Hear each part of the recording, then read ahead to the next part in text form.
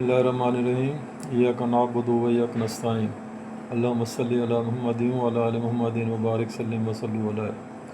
Dear colleagues, I am Dr. Sultan Ayub, working as a radiologist.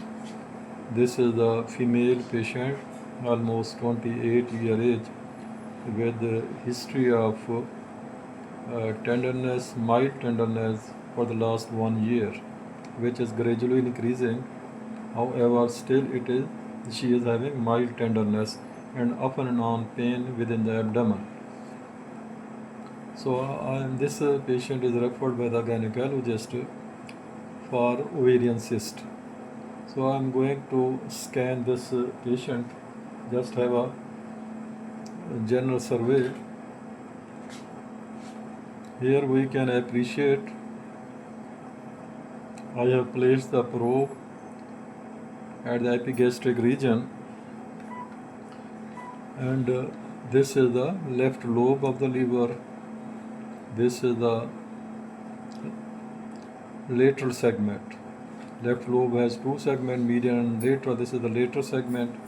So this is the left lobe, lateral segment, and this is the caudate lobe. And it is the ligamentum venosum.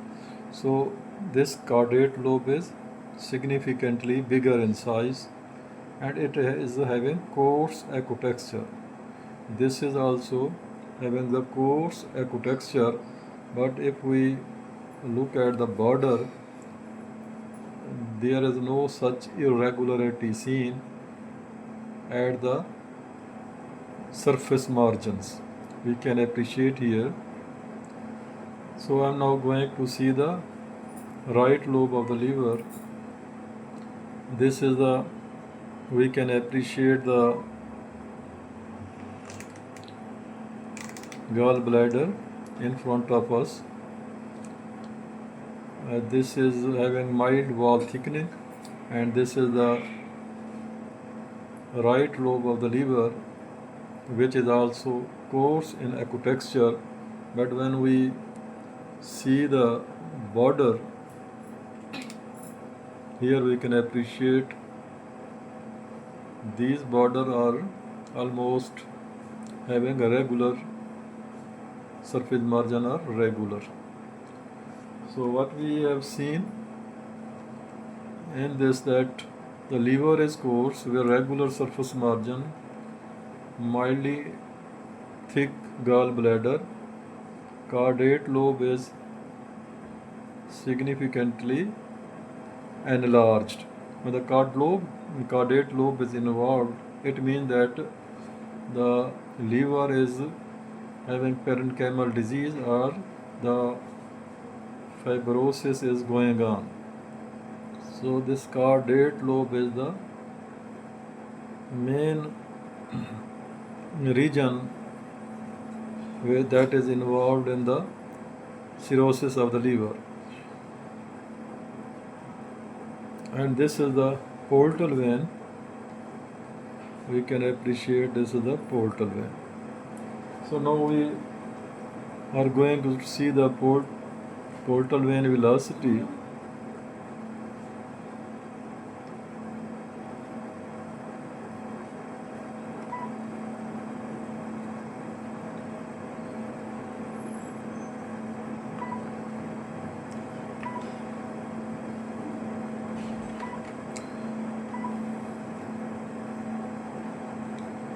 If we see the portal vein velocity is, the maximum peak is 13 centimeter per second. So it means that there is somewhat early developing portal hypertension. However, we can appreciate that the portal vein size seems to be normal. Now I am going to see that whenever we see the liver is coarse, caudate lobe is enlarged, and portal vein velocity is decreased to some extent, then we should go to see the spleen. What is the effect of this decreased portal velocity? over the spleen. Here we can appreciate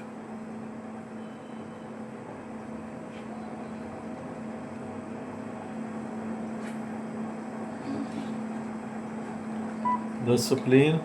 This seems to be bigger. I am going to measure it. So this is 128 millimeter in size. Normal is 120 millimeter. So hepatosplenomegaly is present. Liver is coarse. Mildly thick walled gallbladder. Caudate lobe is also enlarged, and there is also mild decreased velocity of the portal vein, so suggesting of the chronic liver parenchymal disease. But when now I have already seen the blood picture of this fellow, this female patient, that shows that the hepatitis B and hepatitis C are negative.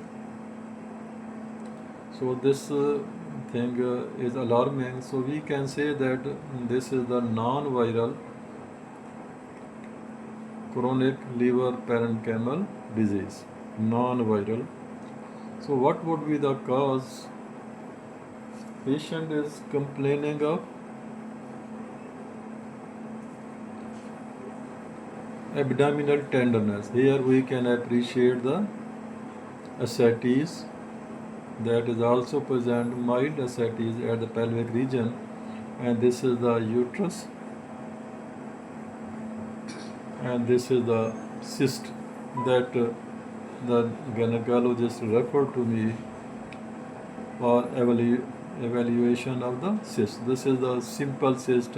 We can appreciate no internal septation is seen, no echoes are seen. So this is the right ovary, and this is on the left side, and this is the ovary.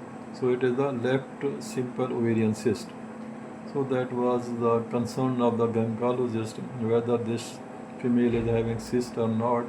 Here we can appreciate the pelvic ascites. So why the pelvic ascites are present? Maybe due to the liver cirrhosis of the liver. However, I am now going to use the high frequency linear probe. This may also help to see the further detail.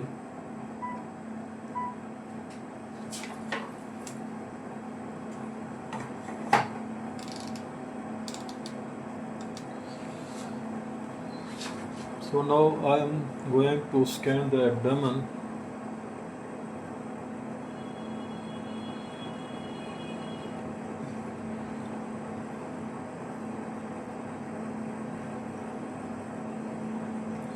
Here we can appreciate this is the appendix. Look here, this is the appendix, and this is the blind end of the appendix, and this is the whole length of the appendix, which seem to be mildly edematous, and it is surrounded by the fluid, ascites.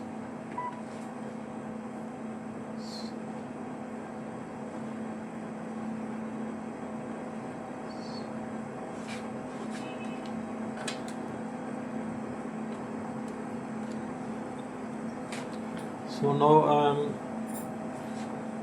I have placed the probe at the right iliac fossa region to see any other. Here we can appreciate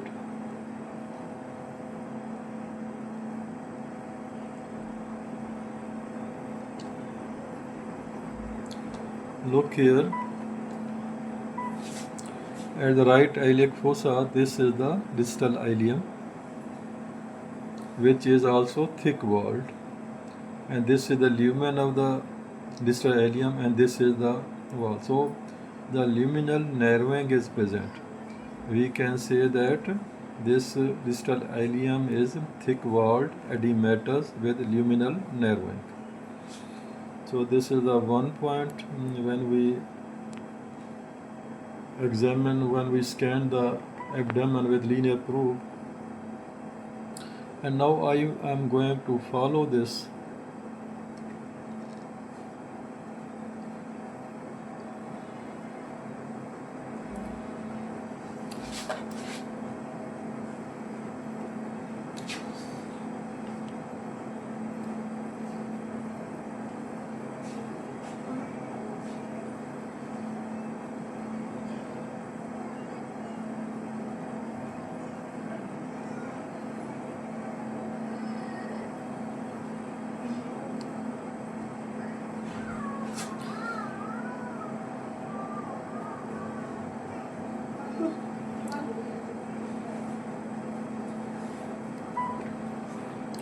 one thing I am going to tell you.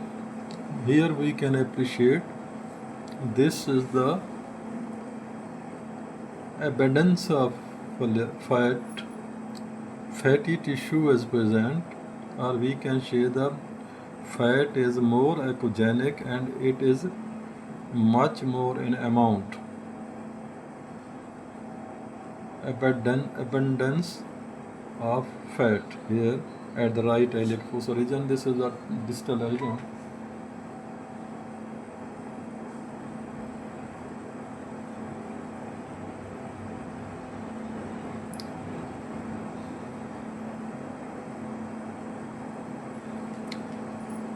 And now here we can appreciate another gut loop in front of us. This one, this is semi-dilated, filled with a gas and fluid, and its wall are also thickened. Here we can appreciate or thickened. However, it is semi-dilated. Up to this, we can appreciate from here to here is the 22.8 centimeter diameter. So this is cecum. So cecum is thick walled. However, it is semi-dilated, or we can say dilated, and this is the. Now I'm gradually toward the right side, and here we can appreciate this area. This area. This is the terminal ileum that is arising, or we can say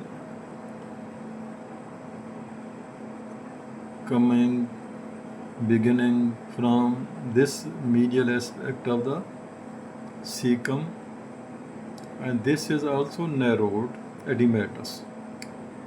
Lumen is also narrowed. So cecum is dilated, thick walled, while terminal ileum is edematous, thick walled but narrowed. And this terminal ileum is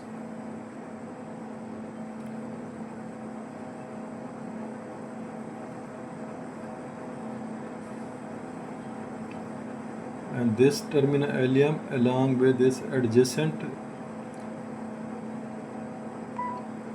distal ileum is thick walled, narrowed. So we can say that there is stricture narrowing.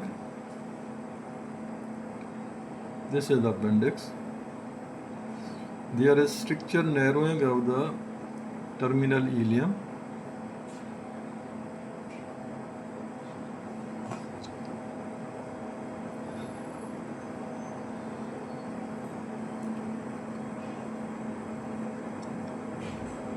This is the appendix. Again, it comes on screen.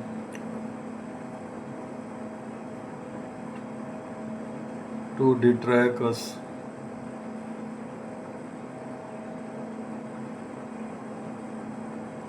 This is the gas, and this is the abundance of, or more accumulation of fat, and this is the terminal ileum. Look here, this is the terminal ileum. So now I am moving toward the other abdomen. Look here, these are the other gut loops. It means that whole small bowel mean distal ileum is not involved. That I have measured the distal ileum, the 70 millimeter distal ileum is thick walled. This is the distal ileum.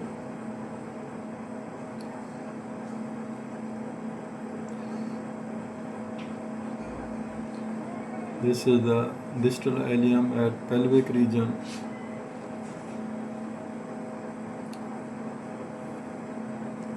And here we can appreciate. Now I have reached the left hemipelvic region, and here we can appreciate the another segment of distal ileum, which is also thick walled, filled with the gas, and the lumen is also narrowed. Look here, this segment, then this segment, and then this one. So, and now I have reached the left iliac fossa region. Ascites is present, and this is the left iliac fossa region, where we can appreciate the semi-dilated proximal ileum, because distal to this is having distal to this is having stricture in the distal ileum at the right iliac fossa region.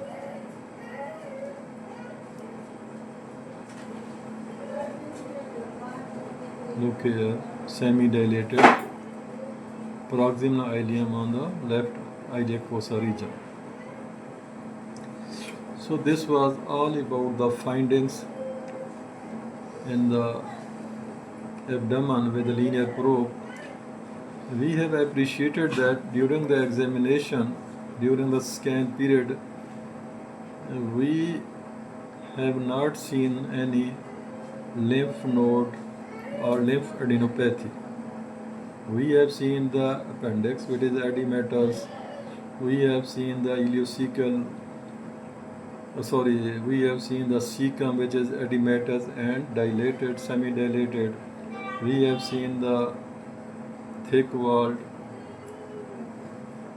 multiple loops of distal ileum at right iliac, at pelvic region, and at the left pelvic region, means multiple strictures are seen. And we have also seen the terminal ileum, which is also narrowed, thick wall, means it is also, this is the cecum. This is the cecum we can appreciate, and then attached to is terminal ileum. So in conclusion, we can have that this patient is having ileocecal chronic inflammatory disease. In my opinion, is the Crohn disease.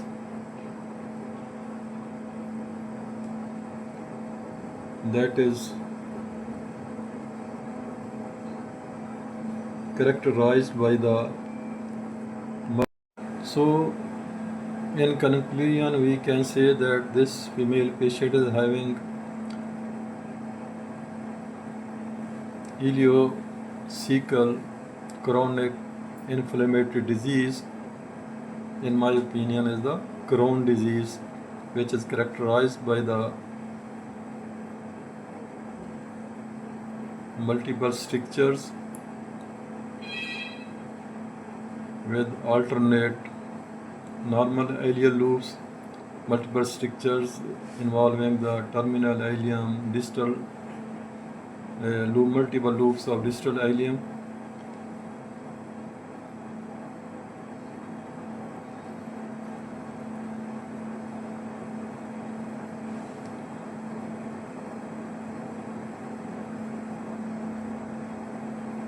And also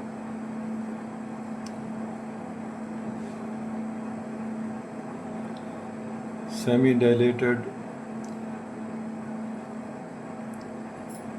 proximal ileum, and then this is associated with the chronic liver parenchymal disease with hepatosplenomegaly and mild sign of portal hypertension.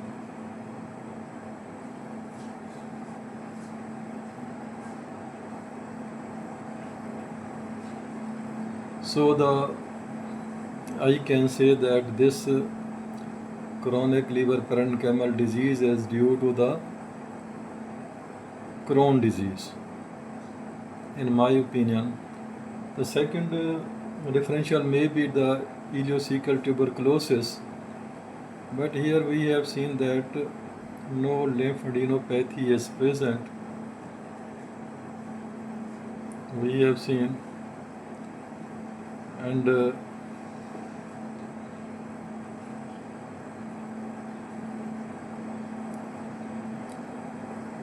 that is also the hallmark for the tuberculosis.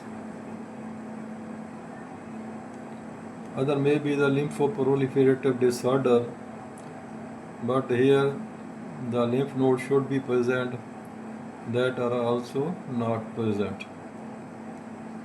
So we can say that again the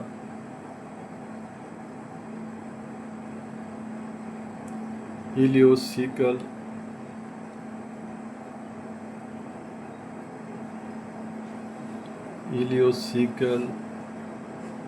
chronic inflammatory disease, that is Crohn disease, associated with the chronic liver parenchymal disease with mild sign of portal hypertension.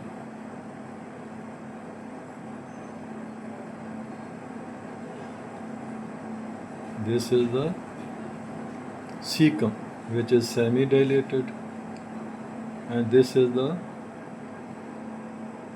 terminal ileum. This is cecum, and this attached to the cecum is terminal ileum, and then this terminal ileum is continued with the distal ileum.